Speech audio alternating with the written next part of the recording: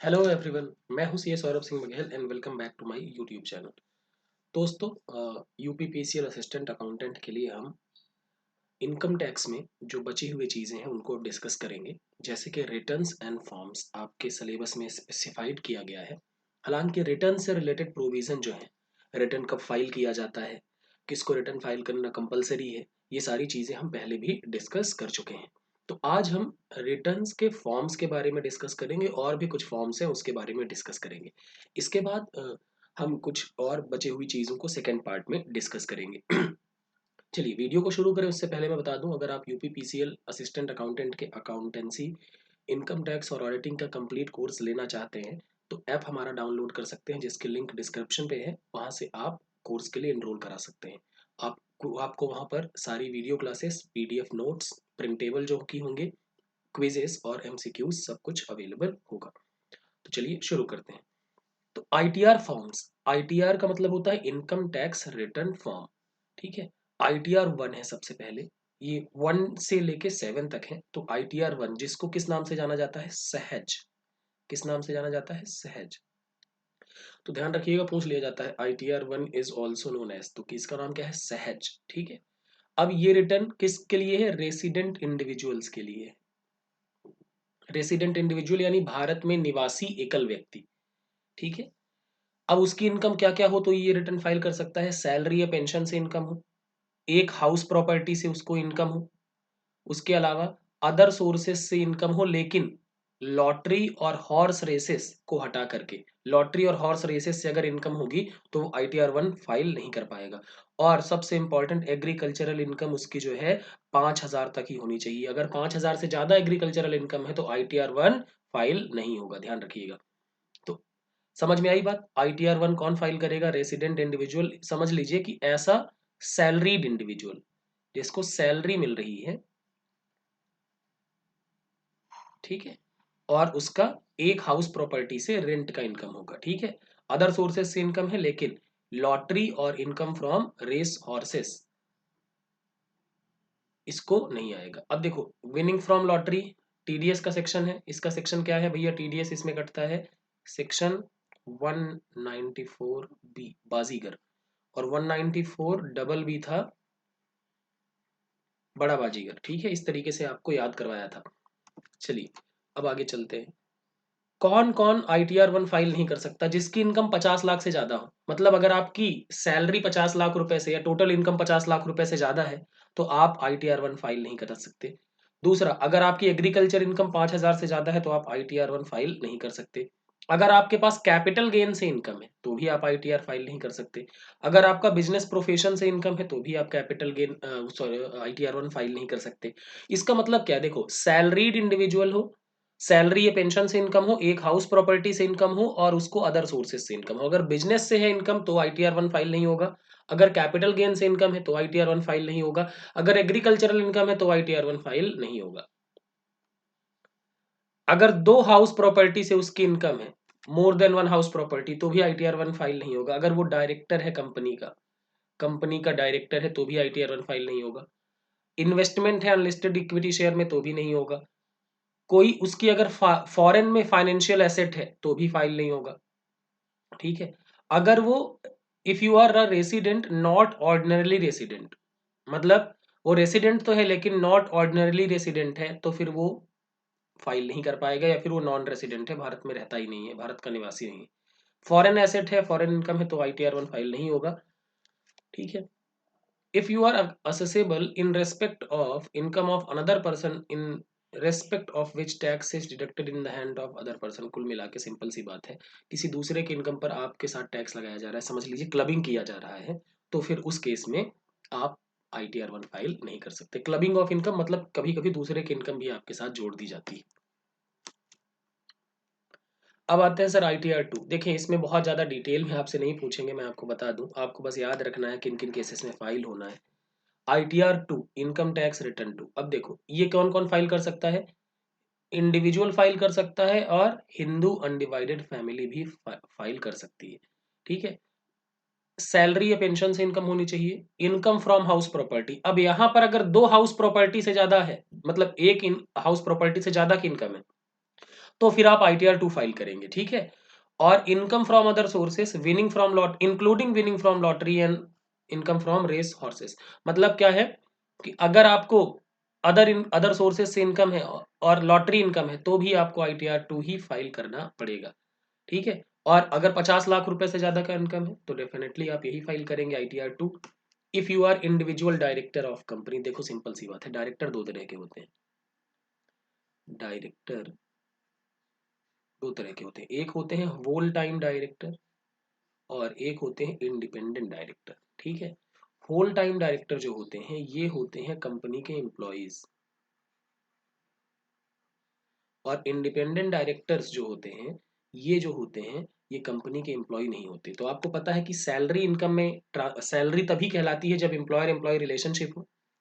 तो अगर डायरेक्टर है कोई कंपनी का तो उसको कौन सा ITR फाइल करना पड़ेगा, ITR 2। अब समझ लीजिए क्या है, अगर 50 लाख से ज्यादा की इनकम है आपको तो ITR 2 फाइल करना है। अगर 2 हाउस प्रॉपर्टी से ज्यादा इनकम है तो ITR 2, डायरेक्टर है तो ITR 2, ठीक है। तो ये बाकी चीजें आप देख लीजिएगा। अगर आपकी एग्रीकल्चरल इनकम 5,000 से ज्यादा है तो भी आपको ITR 2 फाइल करना पड़ेगा। समझ लो, मान लो कि आपका सैलरी से इनकम है 10 लाख रुपए, ठीक है, ये क्या है, इनकम फ्रॉम सैलरी, ठीक है। दूसरा, और अगर आपका एग्रीकल्चर इनकम एग्रीकल्चरल इनकम जो है वो है आपका 7,000 रुपए, तो बताइए आपको कौन सा ITR फाइल करना पड़ेगा इस केस में। सैलरी 10 लाख है और ITR 7,000, तो कौन सा ITR फाइल करेंगे हम, वो एग्रीकल्चर इनकम 7,000। तो हम यहाँ पर ITR 2 फाइल करेंगे, क्यों, क्योंकि हमारी एग्रीकल्चर इनकम 5 लाख 5,000 को से ज्यादा हो गई। दूसरा मैं आपको कहता हूँ, मान लो सैलरी इनकम है 25 लाख, ठीक है, और बाकी हो गया आपका अदर सोर्सेस से मान लो 10 लाख, और हाउस प्रॉपर्टी से इनकम मान लो आप 25 लाख, तो कितना हो गया, ये 60 लाख हो गया। और एग्रीकल्चर इनकम है समझ लो 4,000। कौन सा ITR फाइल करोगे, देखो इनकम 50 लाख से अधिक हो गई ना, 50 लाख से अधिक हो गई तो ITR 1 फाइल नहीं कर सकते, भले ही एग्रीकल्चर इनकम 5,000 से कम है, तो इस केस में भी क्या करना पड़ेगा, ITR 2। आई होप आपको बात समझ में आएगी, आ रही होगी।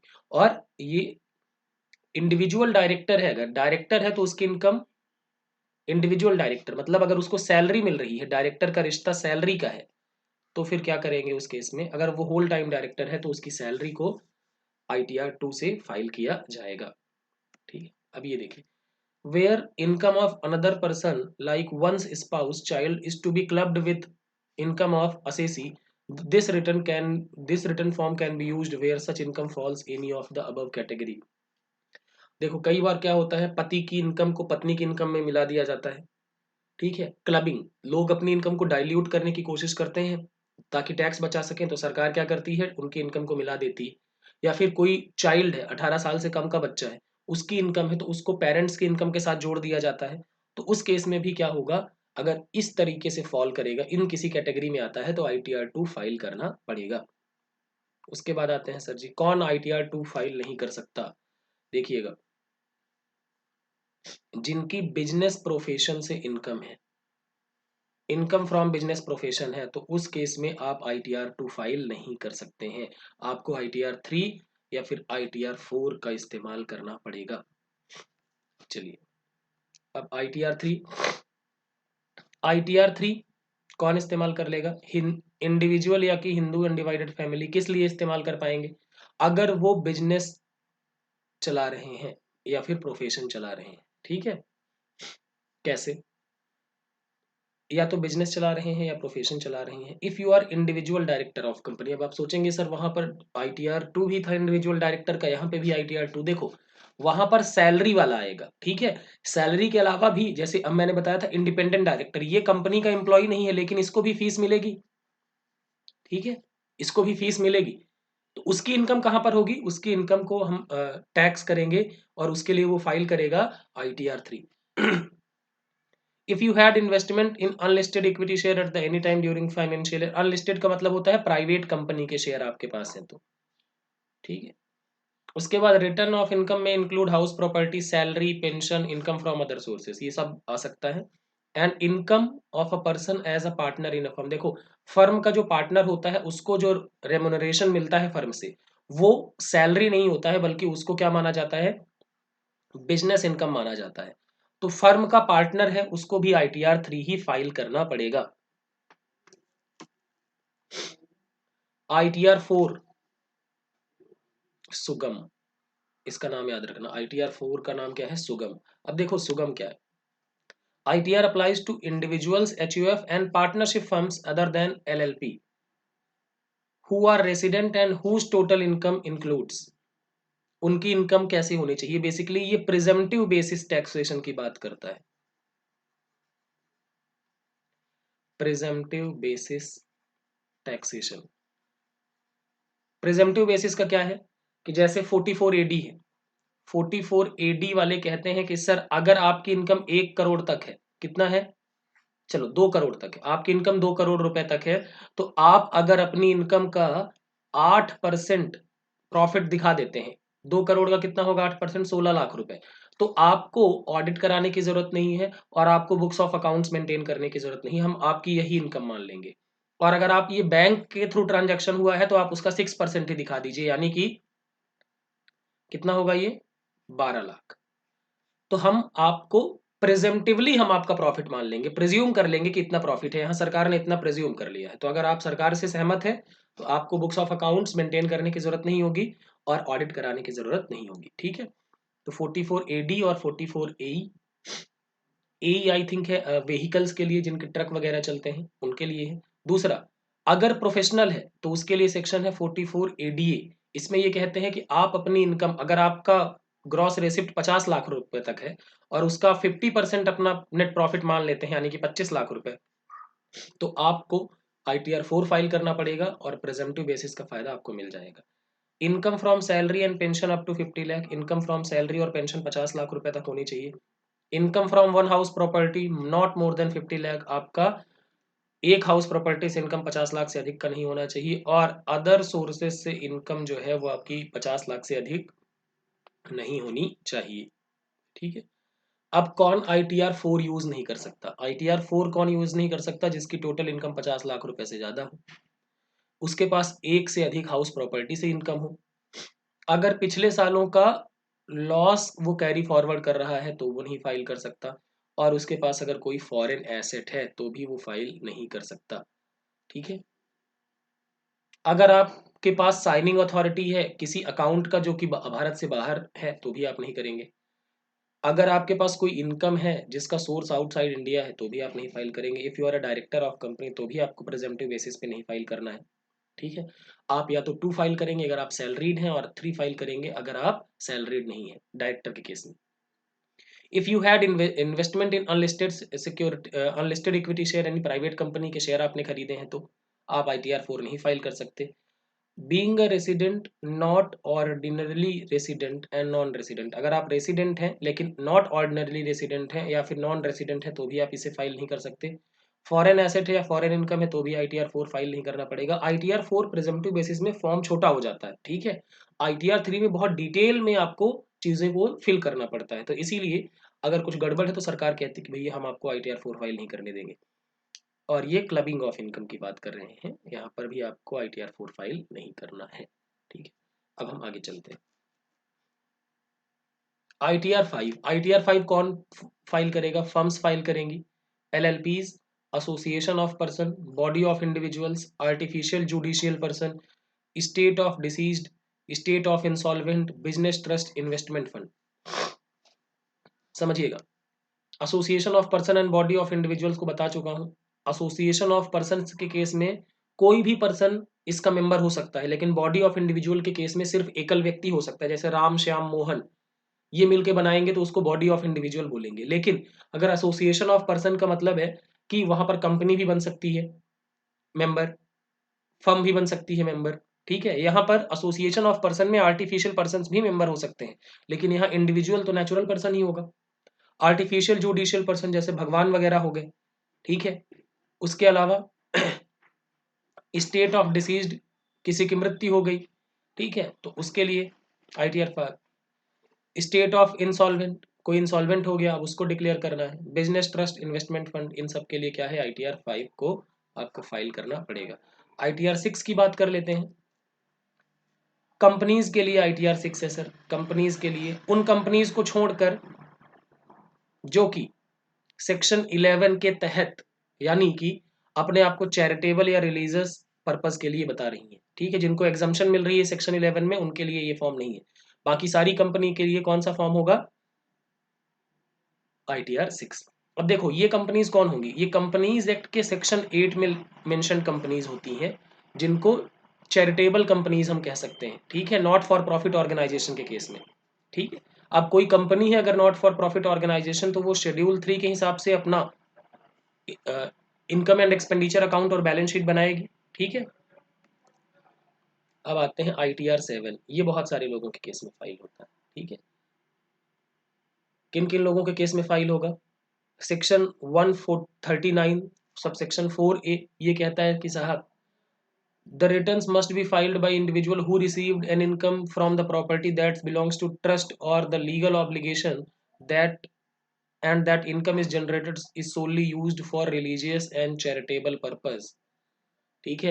मतलब अगर कोई ट्रस्ट के थ्रू इनकम जनरेट होती है तो आपको फाइल करना पड़ेगा ITR 7, ठीक है। अगर आप पॉलिटिकल पार्टी हैं, राजनीतिक पार्टी हैं, तो आपको क्या करना पड़ेगा, ITR 7 फाइल करना पड़ेगा, ठीक है। अगर आप साइंटिफिक रिसर्च एसोसिएशन हैं, ठीक है, कोई ऐसे इंस्टीट्यूट्स हैं या एसोसिएशन है जो कि अंडर सेक्शन 1023A में आते हैं, मेडिकल इंस्टीट्यूशंस हैं, हॉस्पिटल्स हैं, यूनिवर्सिटीज़ हैं, फंड्स हैं या अदर एजुकेशनल इंस्टीट्यूशन जैसे स्कूल्स हैं, न्यूज़ एजेंसीज हैं या इंस्टीट्यूशंस हैं ऐसे जो कि सेक्शन 1023B में आते हैं, इन सब के नाम नहीं याद रखने हैं, तो इस केस में आपको क्या फाइल करना पड़ेगा, ITR 7 फाइल करना पड़ेगा। तो मोटा मोटी बात ये है ITR 6 कंपनीज के केस में, ठीक है। उसके अलावा ITR 7 किसको फाइल करना पड़ेगा, जो कि चैरिटेबल पर्पज के लिए इनकम आ रही है। पॉलिटिकल पार्टीज को ITR 7 फाइल करना पड़ेगा। Scientific research association, medical institutions, college, schools, universities, इन सबको ITR 7 फाइल करना है। फिर any college, university or other institution that is not required to furnish loss return furnish any income or loss must file returns under this section, ठीक है। मतलब जिनको tax वगैरह नहीं लगना है, जिनको इनकम नहीं बतानी है, उनको भी ये रिटर्न ये फाइल करना पड़ेगा।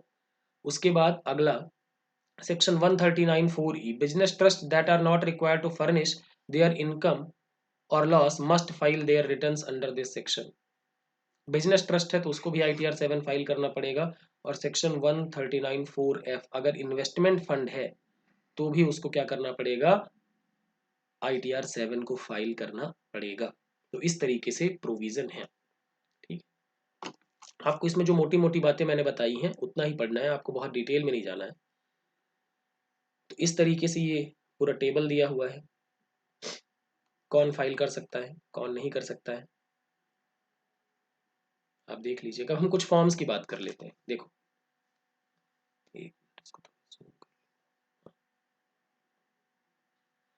फॉर्म 12BB ये क्या है, देखो जब एम्प्लॉयर एम्प्लॉयर यानी जिसके यहाँ आप काम करते हैं और आप क्या होंगे, एम्प्लॉई, ठीक है। तो एम्प्लॉई आपको बहुत सारे अलाउंसेस देता है जिस पर डिडक्शंस वगैरह मिलते हैं, जैसे HRA हो गया या फिर आपका लीव ट्रेवल कंसेशन हो गया, इंटरेस्ट ऑन होम लोन हो गया।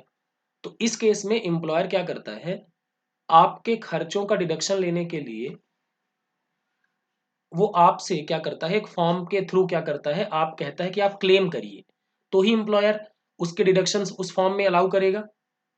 तो आपको एम्प्लॉय को क्या करना होता है, फॉर्म 12BB के में ये डिटेल देनी होती है, यानी provided by an employee to his employer, एक एम्प्लॉय एक कर्मचारी को अपने मालिक को देना पड़ेगा, ठीक बात है। कब देना पड़ेगा, एविडेंस है पर्टिकुलर, मतलब आप बिल वगैरह लगा के देंगे। अगर HRA अगर आप क्लेम करना चाहते हैं HRA का डिडक्शन, तो आप मकान मालिक का जो किराया दे रहे हैं वो सब कुछ देंगे। लीव ट्रेवल कंसेशन है तो आप यात्रा का बिल देंगे, ठीक है। उसके बाद इंटरेस्ट ऑन होम लोन है तो बैंक का इंटरेस्ट सर्टिफिकेट वगैरह देंगे। तो इस तरीके से होगा, ठीक है। फॉर्म 12B याद रखना, particulars of claims by an employee. और 192 सेक्शन किसका है, TDS का, सैलरी, TDS ऑन सैलरी, ठीक है। आगे आते हैं।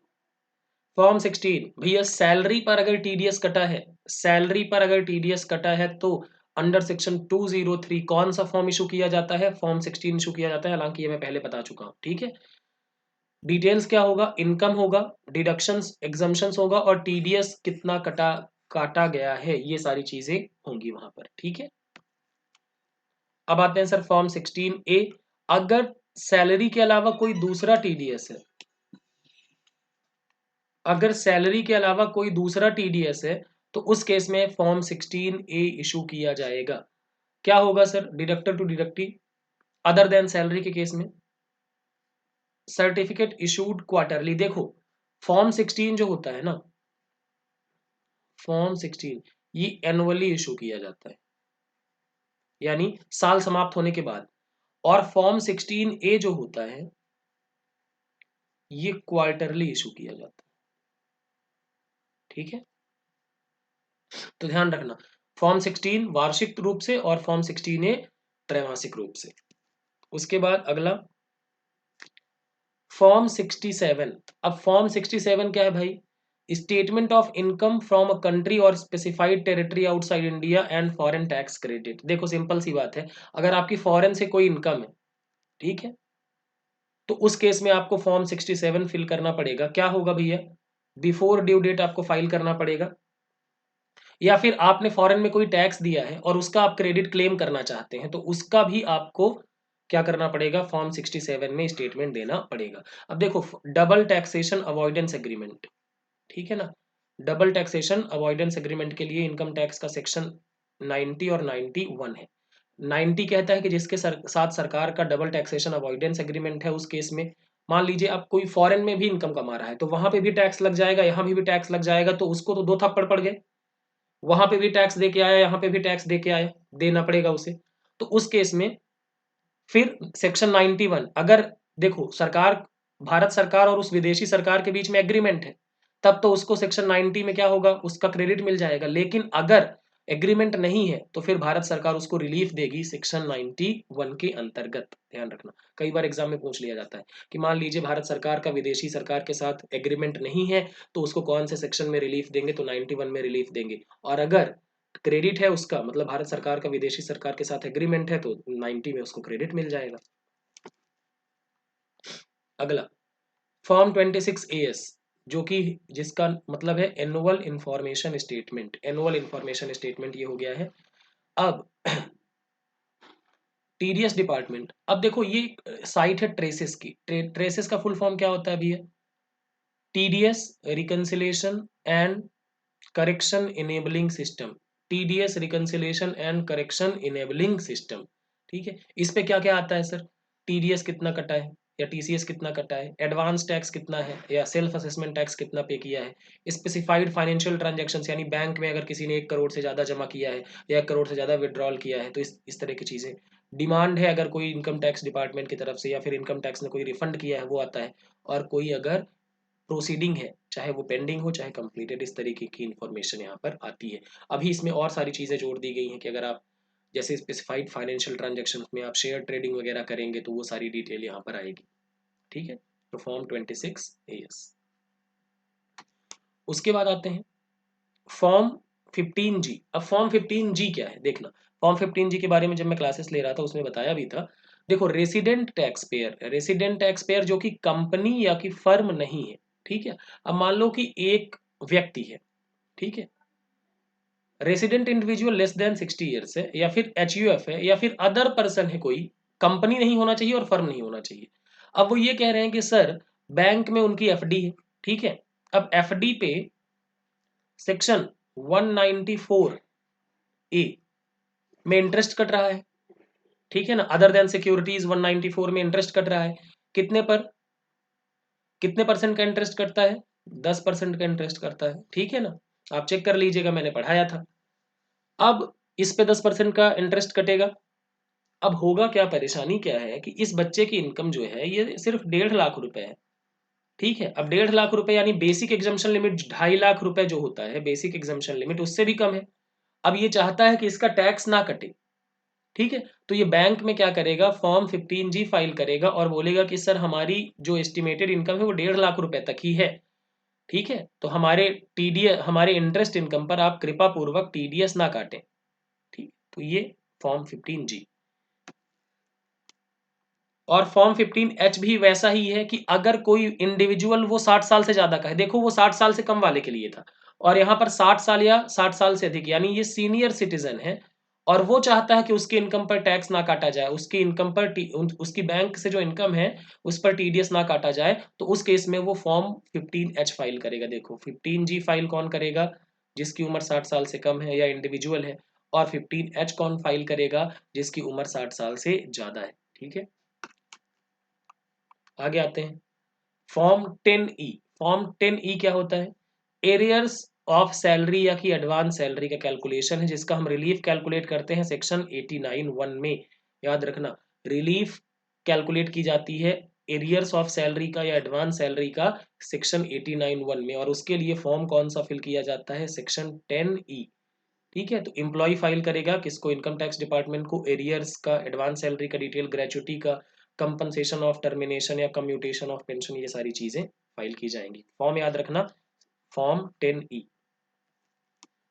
उसके बाद आगे चलते हैं। हाँ, फॉर्म 3CB एंड 3CD। देखो इनकम टैक्स का सेक्शन है 44AB, ये टैक्स ऑडिट के बारे में बात करता है। किसके बारे में बात करता है, टैक्स ऑडिट के बारे में। ये कहता है कि अगर आपकी इनकम 1 करोड़ रुपए से ज्यादा है, आपका ग्रॉस रेसिप्ट या टर्नओवर 1 करोड़ से ज्यादा है, तो आपको टैक्स ऑडिट कराना पड़ेगा। टैक्स ऑडिट कौन करेगा, सीए करेगा। ठीक है, अब उसमें टैक्स ऑडिट में बेसिकली 3 तरीके के फॉर्म्स होते हैं, 3CA, 3CB और 3CD। देखो 3CA और 3CB ये दोनों क्या है, ऑडिट रिपोर्ट होते हैं। ये क्या है, ऑडिट रिपोर्ट होते हैं।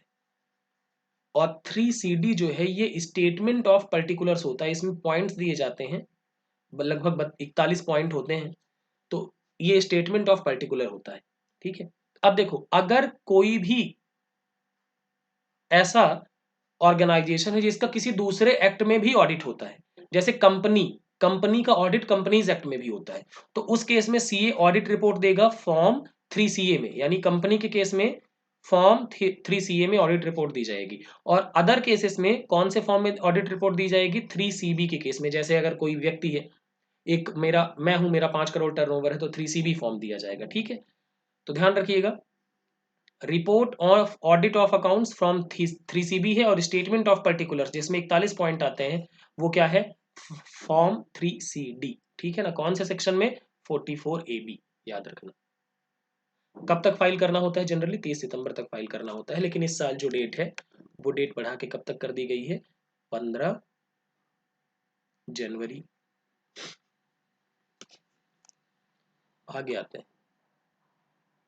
Form 3CEB। अब देखो सेक्शन 92E, ये किसका होता है साहब, ट्रांसफर प्राइसिंग का, जो इंटरनेशनल ट्रांजैक्शंस में इन्वॉल्व होते हैं। उस केस में रिपोर्ट जो है, उस केस में रिपोर्ट कौन से फॉर्म में जाएगी, फॉर्म 3CEB। ठीक है, आगे चलते हैं। ये फॉर्म 16 है, आप देख चुके हैं, 203 सेक्शन में टीडीएस अदर देन सैलरी, इस पे कोई दिक्कत नहीं है। हाँ, अब ये टैक्स स्लैब की बात हम अगले वीडियो में कर लेंगे, हम इसको 3 पार्ट्स में बना लेंगे। ठीक है, तो टैक्स स्लैब की बात हम अगले वीडियो में कर लेंगे। आई होप आपको ये जो मैंने पढ़ाया है फॉर्म्स वाली चीज़ें, ये आपको कुछ समझ में आ रहा होगा। अगर आप सारी क्लासेस लेना चाहते हैं तो आप हमारा ऐप डाउनलोड करके उसमें आप क्विज कोर्स के लिए इनरोल करा सकते हैं, जहाँ पे आपको सारी चीज़ें अकाउंटेंसी, इनकम टैक्स और ऑडिटिंग की मिल जाएंगी। Thank you so much.